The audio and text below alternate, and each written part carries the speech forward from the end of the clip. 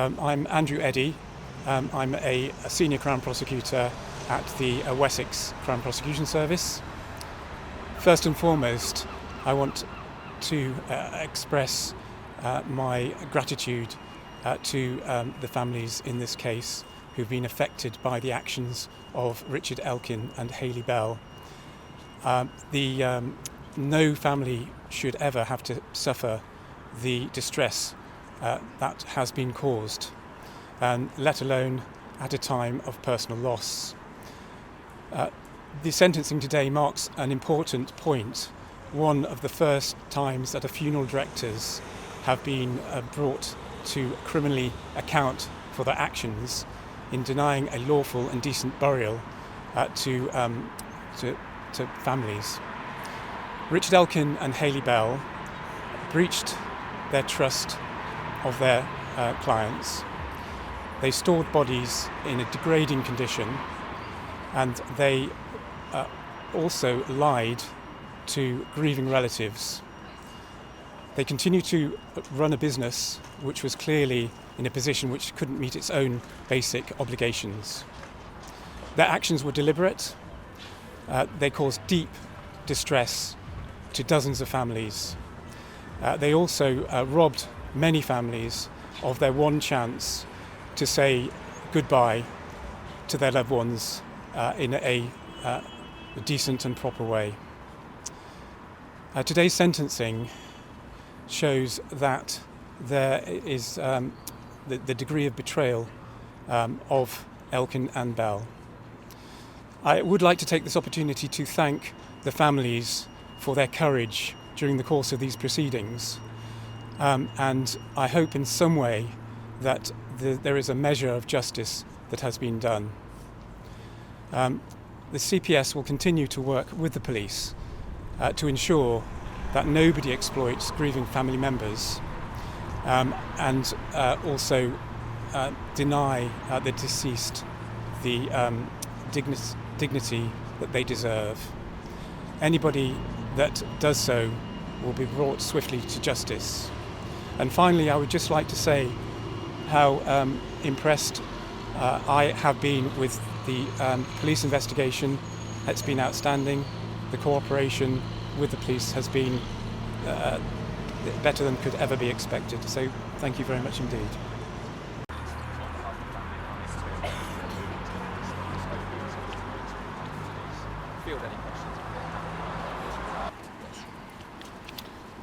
Good afternoon, everybody.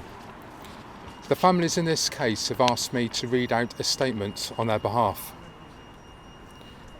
The Elkin and Bell sentencing is a brutal reminder of what can happen when people we trust fail our loved ones in the most unforgivable way. We are just a small number of families. There are many more who have suffered at their hands. It should be an honour to look after our dead. Our loved ones were at their most vulnerable. The entire unregulated funeral directing industry has been allowed to police itself and potentially operate in the shadows for far too long.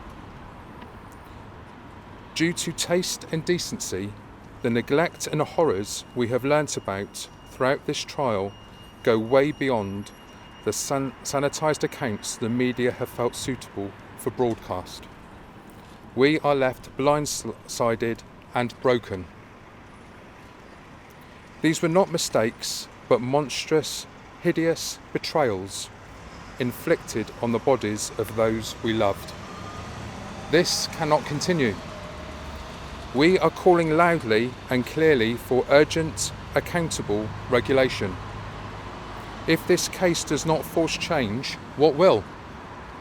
Until then, to the 500,000 families who will have been bereaved this year, we say, protect yourselves. Ask to see where your loved ones are being cared for. All decent funeral directors will happily oblige. If there are no refrigerators, walk away. Take logos and certificates with a pinch of salt. Shop around. Funeral firms are not all the same.